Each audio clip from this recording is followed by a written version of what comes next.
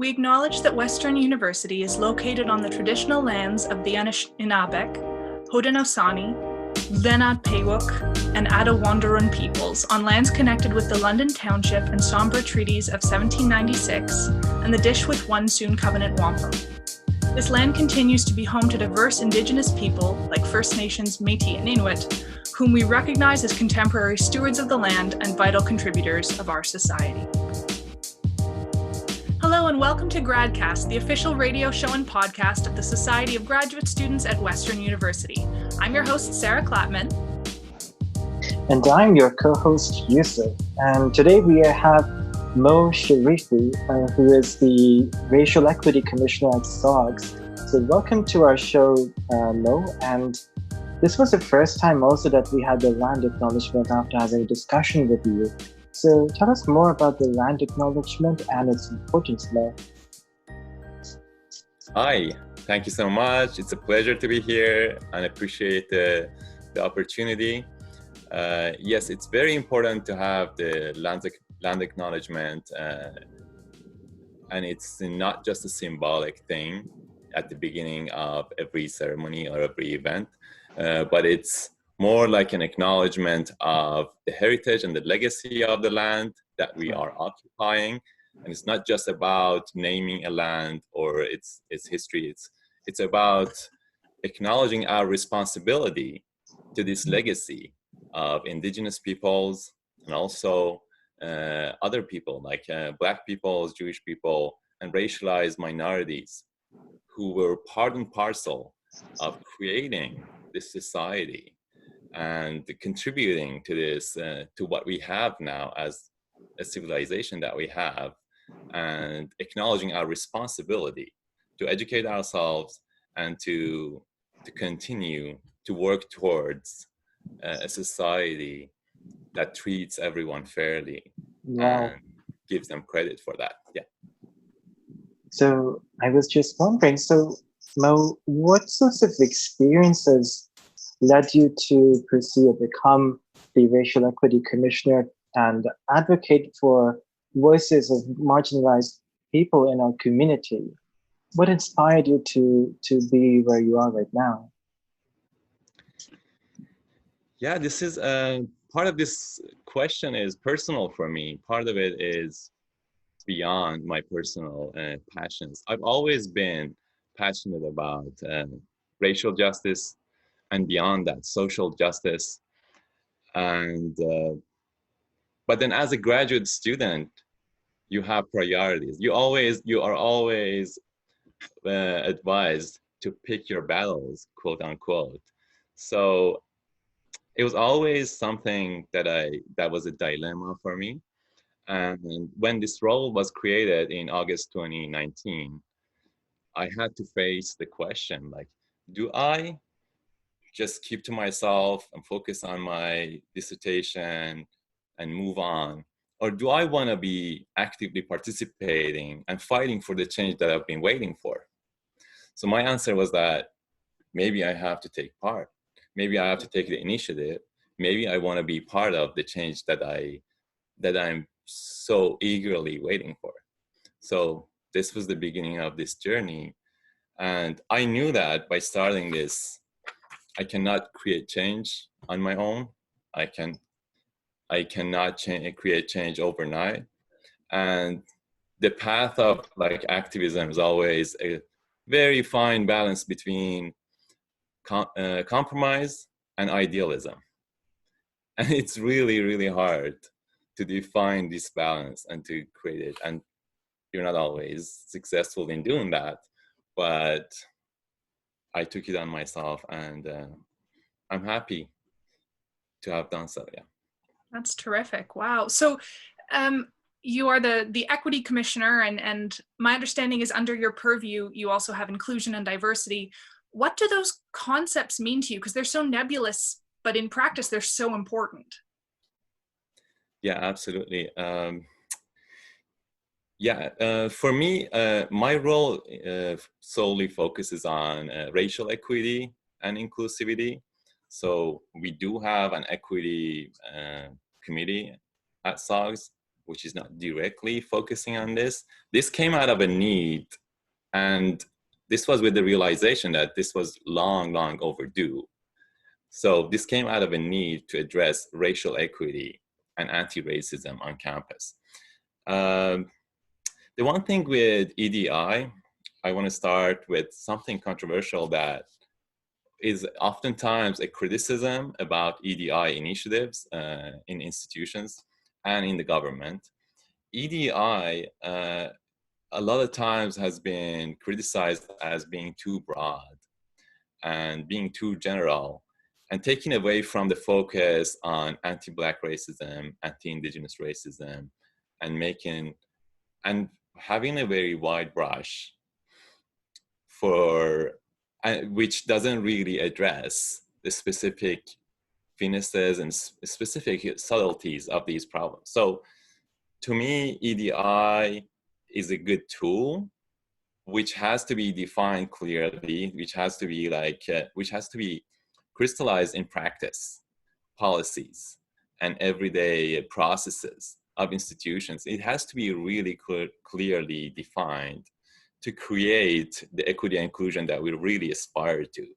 So if I tell you an example, that may become like a little more clear for our audience. Just a small question. You mean, what does EDI stand for? I think I missed something. Oh, EDI, equity, diversity, and inclusion. Perfect. Thank you very much. Oftentimes, yeah, the broad name, yes, the broad name for initiatives under government and institutions, yeah.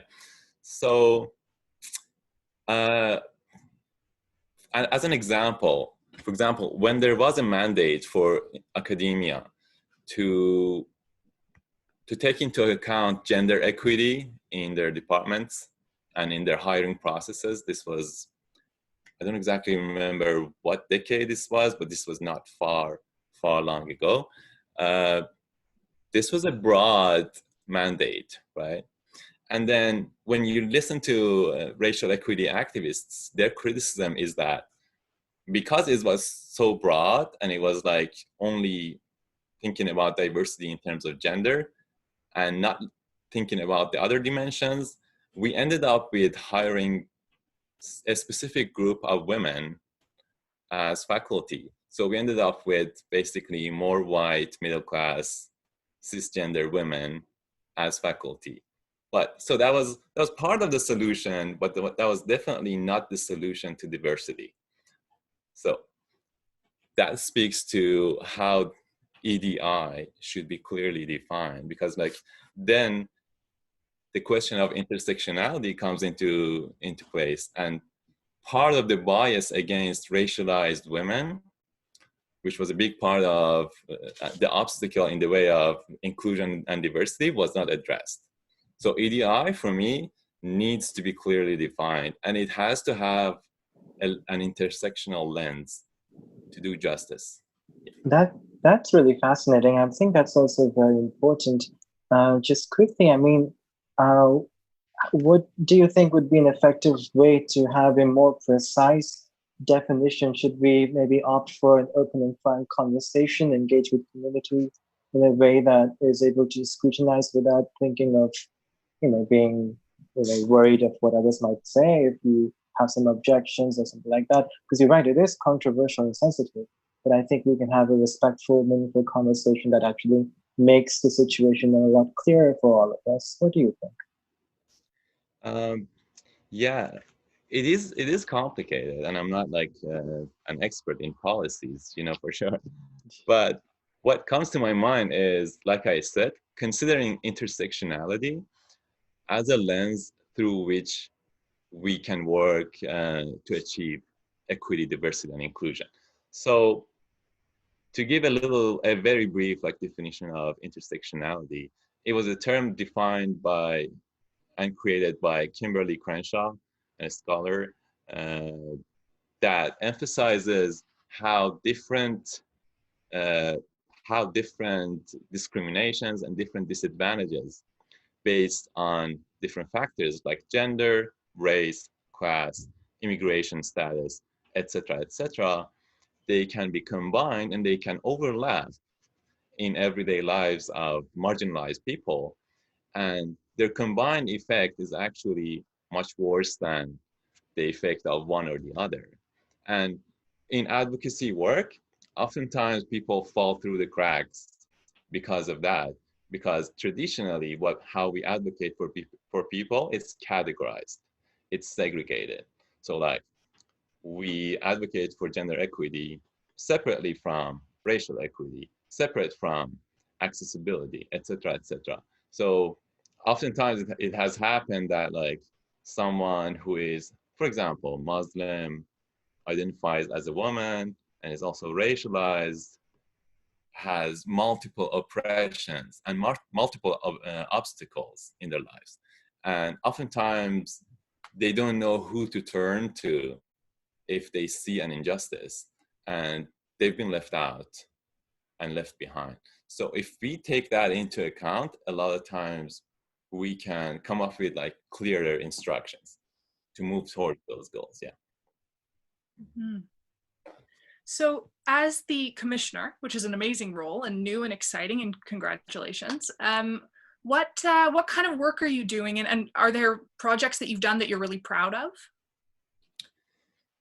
Yeah, well, it's hard to say if I'm proud. Like, if I'm proud of those or not, it totally depends on the results that I get and what I see, what kind of feedback I get from my constituents, because those are not achievements if I cannot see the effect in everyday lives of people, of my constituency. So, because the ultimate goal for me is to improve the quality of life and student experience on campus for racialized graduate students at Western, and to fight racism and to create a more inclusive environment for them.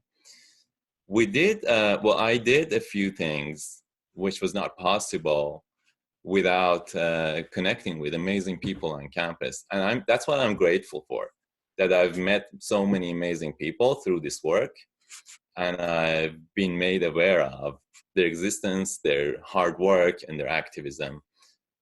And we've done a few things which I can refer to a few. For example, the anti-racism working group was, I guess my major focus since January till now, which took a lot of time, a lot of effort, a lot of and it was hard work, because there was 20 of us. We had to come to consensus for every single move Wow, of moving forward. And that's yes, quite a committee. yes, that was hard. And we had a deadline. We started like in January. Our deadline to create a report and recommendations for Western was in April, the latest. Wow. So like, we were between a rock and a hard place, you know? Yeah. I mean, Yeah. Mo, I actually had a question for you on this thing. And I mean, so you've been involved for a few months for the Western's official workshop on anti-racism run by President Alan Shepard. And I guess I wanted to know what your experiences were when you were engaged in these listening sessions, for example, what you learned from them, and how people collectively came up with proposals to fight racism. Could you share more about your experiences? Yeah, for sure. I mean, as much as I can remember in the moment. Sure, yeah. This was a hard decision to make, first of all, because we started our work against a backdrop of uh, skepticism, a backdrop of, well, this was the first time this was happening on such a scale at Western. So there was so much skepticism, there was so much criticism already, and that sets you back up front, like because I would hear people say right at the beginning, like 2 weeks into my work, I would hear people people who are well-intentioned, don't get me wrong, they were not like racist people or anything, but people who are well-intentioned but were skeptical of it and would say, this is not going to go anywhere. Why should we care about it? How come? Why would they so skeptical in terms of this will not go anywhere? What were the main obstacles for this? You know, one thing was that this was very long overdue for Western. So when you have a history of authorities, I'm not talking just about Western, but like authorities in all levels, ignoring crucial problems like racism, and just hearing, and it's not the first time we have a report on racism or racial equity, right? So there is a collective fatigue and a collective kind of skepticism regarding any movement, any initiative that the authorities start, because one common thing that I would hear was that, is this gonna end up on another shelf collecting dust? And I was like, no, I'm here. If I'm here to do this work, I'm gonna make sure this work continues. So this was a very heavy like start for us. And then with everyone from different background, different perspectives, we had like admin level people, we had faculty, undergraduate student leaders from all backgrounds, we had graduate students, we had staff and everyone. And then we all had to come together with one vision and with one mission, right? And all on the same page, and then go to people and ask them and convince them to trust us, to come forward, to talk to us confidentially, and then collect all of that data and put it together, and then go about analyzing that and creating recommendations, and bring out the themes, and also be careful about elevating and honoring and validating those voices, because the most important thing is to be accountable to stories, because as soon as you hear stories, you become responsible for them. What are you gonna do? That's the most common question when you hear people. They say, what are you gonna do next? What is it gonna come out of it? Because a lot of people, they were already tired of talking and not seeing any action. And I'm quoting like several people. They're like, what's going to happen next? Yeah. So, yeah. Sarah, did you have a question? Well, I was just going to comment, I guess, that congratulations. Firstly, it's done. I got it in my email today. It's gorgeous, and I can't wait to read it. But also, and I don't know how intentional this was, you really kind of dovetailed into a really important moment in the zeitgeist about anti-racism and sort of mobilization at not only an individual but a structural level. How did that play into the experience with writing this report and the work that you're doing? I guess this was a coincidence, or but like it was also like kind of, I don't know, it was as if it was a calling for me when I got into this role. And then I do remember, okay, I'm from the English department, so what happened, I have to acknowledge that what started this move or this initiative was an incident in my department. A student spoke up against the behavior, racially insensitive behavior of a prof, and then she got so much hatred online, hate mail and racial insults, etc., etc. And that started all of this. So this made it more important to me too. I mean, not that it was important already, but it made it more personal for me that my department has such a problem, and someone speaks up. When someone speaks up, they already make a sacrifice, because as soon as you start activism, as soon as you start speaking up, you're exposing yourself to the hostility that is already there, especially online. So I talked to that person, and I have a lot of respect for her courage. And then I decided this is time for it. At the same time, around the same time, everything happened at the same time. I went to a conference. It's called Converse Action. Instead of conversation, Converse Action. It's about anti-racism in academia Canada-wide. So many scholars and activists came to Waterloo, University of Waterloo and Renison College. They hosted that conference, and it was really centered about anti-racism, racial equity and inclusion, and how to make actionable plans for change, and how to be on the same page and not reinvent the wheel, and to learn from each other's experiences, etc. I wrote a full report about that. It's interesting that, like, at the end of that report, I had some recommendations for Western. One of them was to create a task force to address racism. I was really glad when President Shepard started this, and I was like, okay, I don't know if he saw my report or not, but well, this was timely. Mm-hmm. So I was glad that this happened and I could join this initiative. I think this is a turning point for Western. It is, and I mean, of course, this is just the beginning of a really important work that needs to be continuous.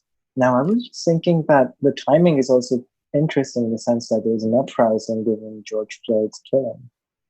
And there's an uproar, and people are a lot more active and engaged, especially on this issue. And it's in this time that the report is in. So I was also wondering that you must have had many engagements recently the past few weeks. What have those sessions been with you, for you, while speaking with other students, and especially in these times? And what have you learned? Oh, well, this has been a tough few weeks for everyone, I think, with the pandemic and everything kind of piled up. Like, we had different layers of crisis, and it all like kind of played off of each other.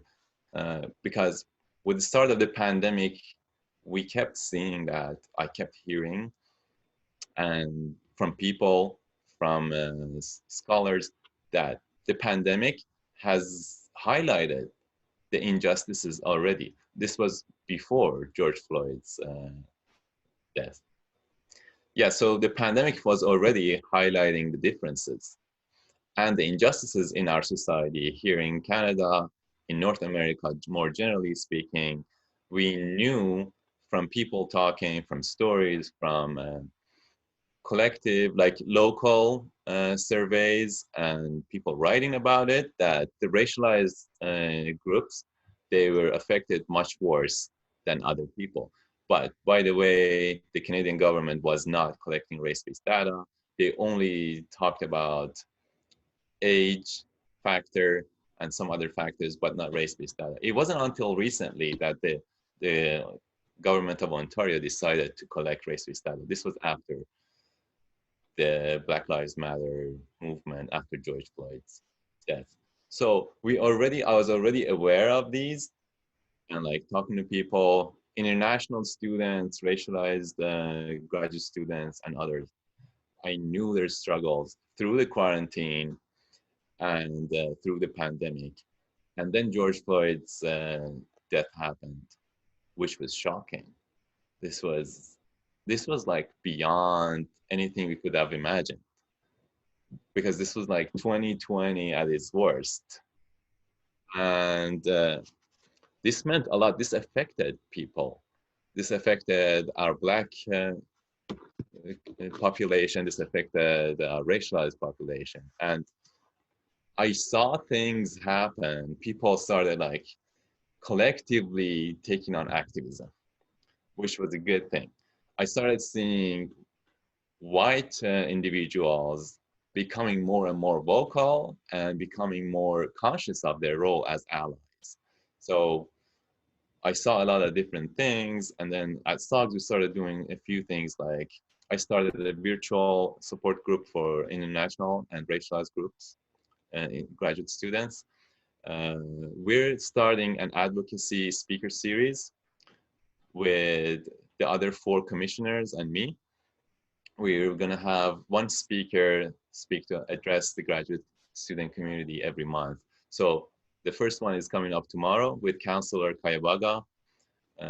She's from Ward 13, London, Ontario. She's awesome. She's an activist. And we're going to continue that with different focuses, but with an intersectional lens. That's terrific. Wow. Yeah, I was going to ask how you thought that the Black Lives Matter movement relates to your work, but it's so clear that it's also sort of interwoven. And you mentioned increasing engagement by white folks. And there's a fair number of those at Western, myself included. What can we do as people who just are systemically more privileged to support our community members of color, and especially Indigenous and Black community members who are facing such extreme racism at this time? Yes, that's a very good question. That's something I've been also thinking about, because also I'm not a Black person, but I'm a racialized person. So I do have this double role or this double life sometimes. Like I can see myself as an ally. I can see myself as someone who has been directly affected by racism. So I've been thinking about this. I'm thinking about, there was a speech by Kimberly Crenshaw about what kind of an ally you want to be. And allyship, I think, definitely starts with self-reflection and self-education and self-interrogation, thinking about our privileges, thinking about our biases, thinking about our role in society. Because nowadays, we are in a period and in an era that silence is not an option. Silence could mean complicity. So if you know that you are privileged, and if you know of injustices in the society, and if you're quiet about it, it's not okay. But this doesn't mean that everyone should feel the pressure to say something. But the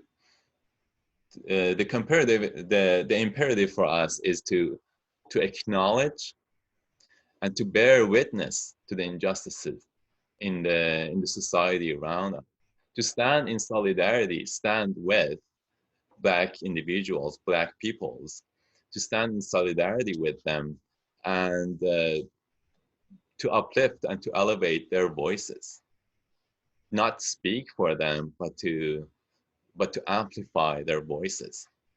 There's also the question of white fragility. There's in itself, you can talk for hours about it, but not to be sensitive about criticism, not to take things personally. If a racialized person, if a Black person talks about racism and talks about how white privilege has been damaging different groups, not to take it personally, but also reflect on it and to understand it. And there's also other things like not to dismiss the experiences of Black and racialized individuals, not to, I call it intentional fallacy, not to say, oh, I didn't mean it, I'm sorry you felt like that. This is not good. These are like simple, small things that affect people on a daily basis. Microaggressions. Microaggressions are not so micro. Their effect on us is macro. They're major. I know some people compared microaggressions to like mosquito bites. They're beyond that.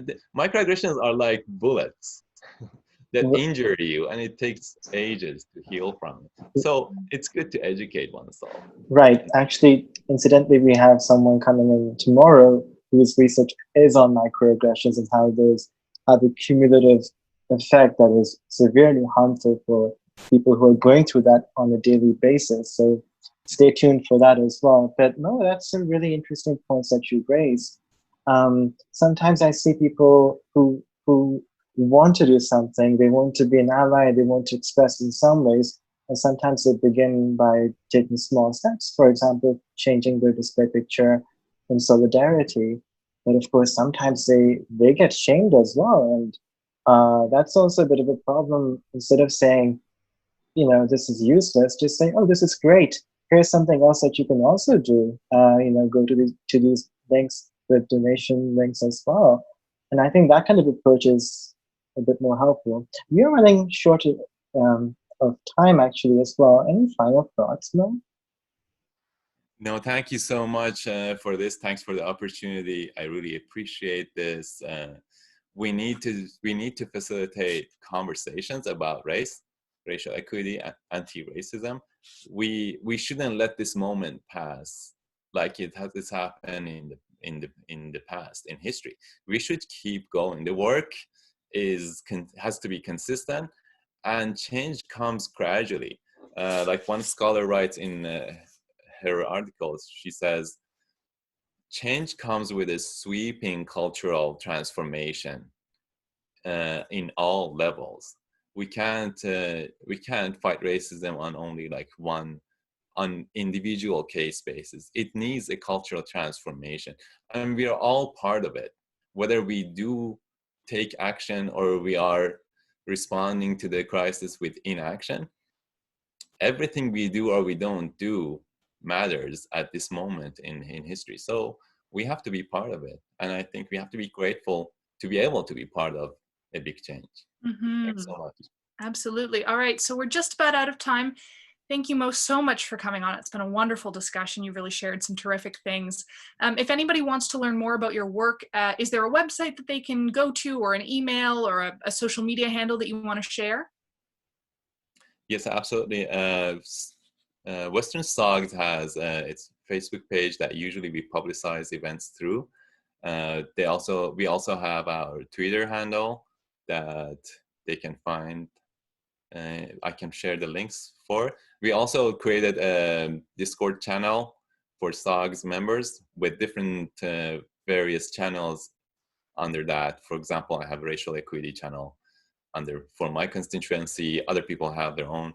And it's like a virtual grad club space for everyone to meet and to socialize. It's important to take care of ourselves and to connect and to socialize. So. Hey Mo, I also want to just thank you as well for taking up the time. I know it's such a busy time as well with so many things happening, and all of us, we really appreciate you for you to come on our show and express your thoughts. It's really important thoughts. Thank you very much. Thank you so much. Thank you. All right. Well, this has been GradCast, the official radio show and podcast of the Society of Graduate Students at Western University. I've been your host, Sarah, and my co-host was Yousuf, and we've been speaking with Mo Sharifi. This episode was produced by Greg Robinson. If you'd like to be involved with the show or get in contact with us, email us at gradcastradio@gmail.com. You can follow us on Instagram, Facebook, or Twitter at GradCastRadio. To listen to us, we're on the radio at CHRW 94.9 FM. You can also find all of our episodes on our website at gradcast.ca or on podcast apps like Podbean, iTunes, and Spotify. Alternatively, select podcasts have been uploaded to YouTube at GradCast Radio. Thank you for listening, and have a great night.